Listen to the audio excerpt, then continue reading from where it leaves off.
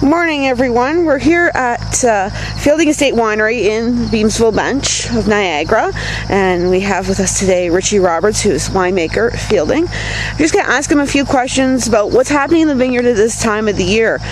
And I guess we'll start with, Richie, is what exactly is Veraison? I know it's a term, but it's one that most people don't understand. So if you could define it first for us, that would help. Yeah, sure. Veraison is kind of the sign of the changing for the final step of grape ripening. So there's really 3 stages of grape ripening, and this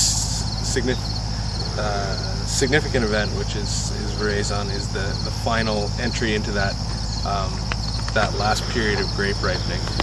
And the biggest change that you can see during Veraison is most definitely in the red grape varieties that we grow here.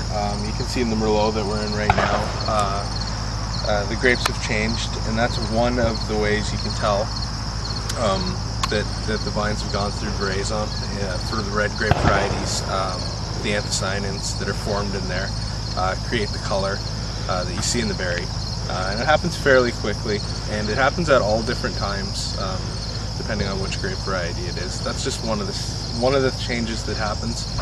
The other main changes are that the sugars start to accumulate more in the fruit, the acidity starts to decrease, the softening of the berry occurs in both reds and whites. It's a little bit harder to tell, I guess, for some people. What's going on? Sorry, that's my phone.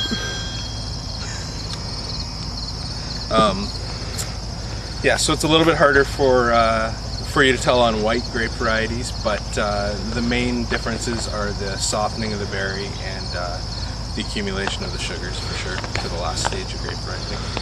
Okay. So as you said, it's different grapes, different times. How long? What would be your first one in your vineyards that would start and then through to the end one? Where's the? Every year is a little bit different, I think. Typically the first one that kind of really you start to see a change in, for sure, is Pinot Noir. It's definitely the first red that starts changing color anyway, so it's the one where we really kind of take notice. And usually the last ones are either Cab Sauv or Cab Franc. But they all happen within a fairly close period of each other, probably like a couple weeks. Okay. And usually happens in August. Yeah, you know you've got a late year on your hands if it's going towards the end of August and into even September. But majority of the time it happens around like the second week of August or so. So this year, are we a little behind or are we a little ahead? Or? I would say this year we're right on schedule pretty well. To me it feels like sort of like an average year, which I know we don't really have a lot of around here. But every year we get around here is a little bit different, that's for sure. And it just feels like kind of an average year to me at this point, but over the next couple weeks things could change either way, for sure. I mean, this is really the most important part of the year for us. We were off to a late start this year, but then we caught up a lot in the middle of the summer with all the heat we've been having, and even now, the start of September, and it's supposed to be almost 30 degrees today. So.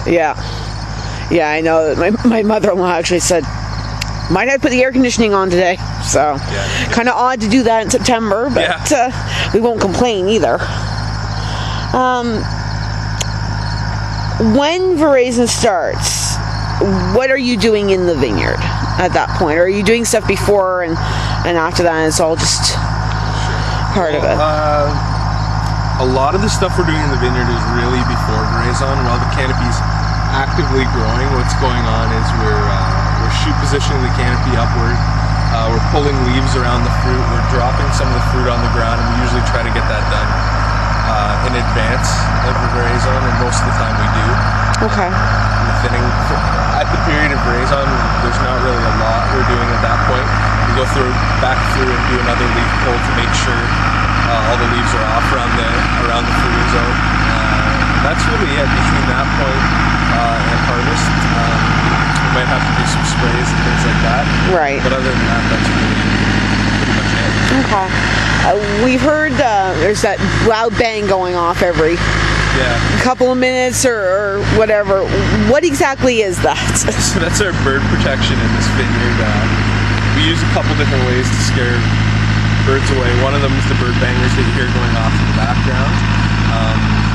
And those are pretty effective as long as you take the time to move them around on occasion, because the birds get used to where they are, sort of thing. The other thing we do is a lot of the blocks that we have here as well, we net them, which is a little less cost effective, but a lot easier for the people looking after the vineyard. Okay. Okay.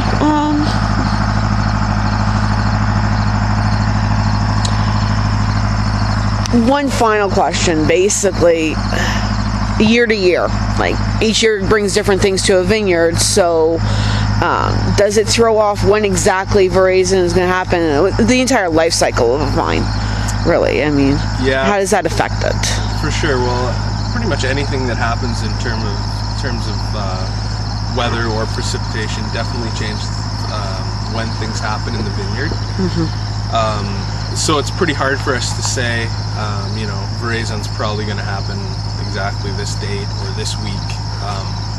But you definitely notice like trends. Some blocks are always further advanced than others, no matter what year it is. Right. But definitely every year plays a role big time in what's going on in the vineyard. Last year, for example, in 2010, we got off to a really early start, which kind of advanced everything. And then this year we got off to a really late start in terms of bud break and a lot of precipitation during the springtime, so that really set things back quite a bit. So yeah, every year is different, but that's one of the beauties of the climate here, I think, is that every year is not the same, and it brings a different set of challenges every year, and it makes the wines that much more interesting from year to year, I think. Great. When, I guess the next step would be harvest. When are you thinking that's going to start to happen? Right, so we're going to probably pick our sparkling traditional method next week. For that we use our own fruit from our Pinot Noir and Chardonnay, which is actually not in this vineyard, it's in our other vineyard down closer to the lake. And I anticipate that to be about like 5 or 6 days from now, so probably around, today's the 2nd of September, so it'll probably be around between the 7th and 10th, 11th of September that we'll start harvest. And then there's always a little break between doing sparkling and then the kind of regular harvest.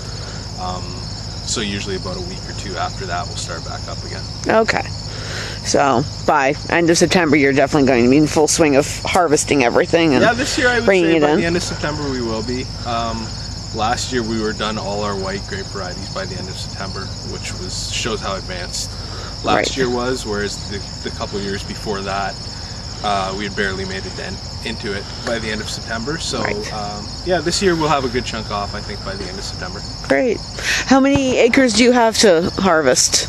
Of our own fruit, we have 10 acres here, and then we have 40 in our vineyard down closer to the lake, and then we have contracts with some growers that we work with pretty much every year. Okay. Yeah. Well, thank you very much, Richie, for taking time to explain to us what's happening in the vineyards right now, and have a great weekend. You too, thanks.